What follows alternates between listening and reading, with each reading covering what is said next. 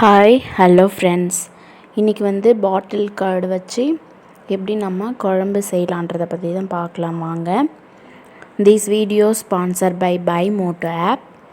இந்த Bymoto app மூலிமா நம்ம வீட்டுக்கு தேவையான க்ராசரி ஐட்டம்ஸ்லாம் பர்ச்சேஸ் பண்ணிக்கலாம். இந்த ஆப் மூலிமா பர்ச்சேஸ் பண்ணுறதுனால 20% ஆஃபர் கிடைக்கும். ப்ராடக்ட் எல்லாம் வந்து நல்ல குவாலிட்டியாகவும் இருக்குது, ப்ரைஸும் ரொம்ப லோ தான் இருக்கும். இந்த ஆப்புடைய லிங்க் பார்த்திங்கன்னா டிஸ்கிரிப்ஷனில் இருக்கும், செக் பண்ணி பார்த்து மறக்காமல் எல்லாம் பர்ச்சேஸ் பண்ணிக்கலாம். இப்போ வந்து நம்ம சுரைக்காய் இந்த குழம்பு செய்கிறதுக்கு என்னென்ன தேவையான பொருட்கள் அது எல்லாமே வந்து ரெடியாக எடுத்து வச்சுக்கலாம். பார்த்திங்கன்னா சுரைக்காய், வெங்காயம், தக்காளி, அடுத்து பூண்டு கொஞ்சம், புளி, அடுத்து வேர்க்கடலை, இதெல்லாம் வந்து தேவையான அளவு கொஞ்சம் கொஞ்சம் எடுத்து வச்சுக்கலாம். இப்போ வந்து நம்ம ப்ராசஸ் எப்படி ரெடி பண்ணுறது பார்க்கலாம் வாங்க. ஒரு பேனில் தேவையான அளவு ஆயில் விட்டு அதில் வந்து நார்மலாக தாளிப்புக்கு ஏற்ற மாதிரி கடுகு, சீரகம்லாம் போட்டுக்கோங்க.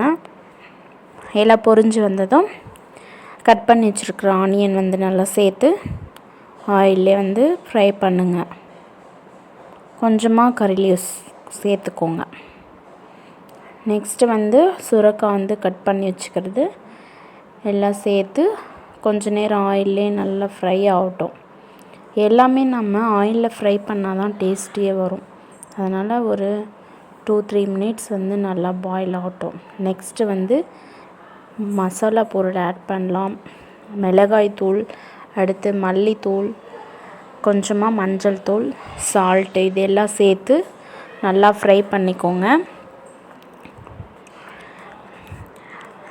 கொஞ்சம் நேரம் நல்லா மசாலா பொருளெல்லாம் சேர்த்து ஃப்ரை ஆனதும் தேவையான அளவு கொஞ்சமாக தண்ணி விட்டு காய் வேக வச்சுக்கலாம். இப்போ வந்து பார்த்திங்கன்னா இந்த காய் வேகிறதுக்குள்ளே மிக்ஸி ஜாரில் வந்து கொஞ்சமாக பூண்டு, 2-3 தக்காளி எடுத்துக்கலாம்.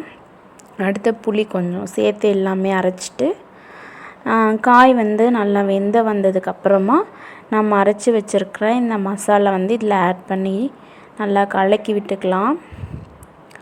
நம்ம புளி சேர்த்துருக்கிறதுனால நல்லா கொதித்து வரட்டும். இந்த மசாலா வாசனை போகிற அளவு நல்லா கொதித்து வந்ததுக்கப்புறம் வேர்க்கடலை பார்த்திங்கன்னா இந்த மாதிரி வறுத்து எடுத்துட்டு கொஞ்சமாக மிக்ஸி பவுலில் போட்டு சேர்த்து தூள் பண்ணி எடுத்துக்கோங்க. இந்த மாதிரி எல்லாம் நல்லா கொதித்து வந்ததுக்கப்புறம் இந்த பொடியை ஆட் பண்ணி நல்லா கலக்கி விட்டுக்கலாம். நம்ம லைட்டாக சேர்த்துக்கணும், நிறைய சேர்த்தோம்னா திக்னஸ் அதிகமாகிடும். லைட்டாக சேர்த்துக்கோங்க. அடுத்து மல்லி இலை கொஞ்சம் தூவி எல்லாம் அரைக்கலாம். இது வந்து பார்த்திங்கன்னா சப்பாத்தி, சாதம், களி எல்லாத்துக்குமே வந்து நல்லா டேஸ்டியாக இருக்கும். நீங்கள் இதே போல் செஞ்சு சாப்பிட்டு பார்த்துட்டு எப்படி இருக்குது கமெண்ட் பண்ணி சொல்லுங்கள். இந்த வீடியோ பிடிச்சிருந்தா லைக் பண்ணிவிட்டு சப்ஸ்கிரைப் பண்ணுங்கள். தேங்க்யூ ஃபார் வாட்சிங்.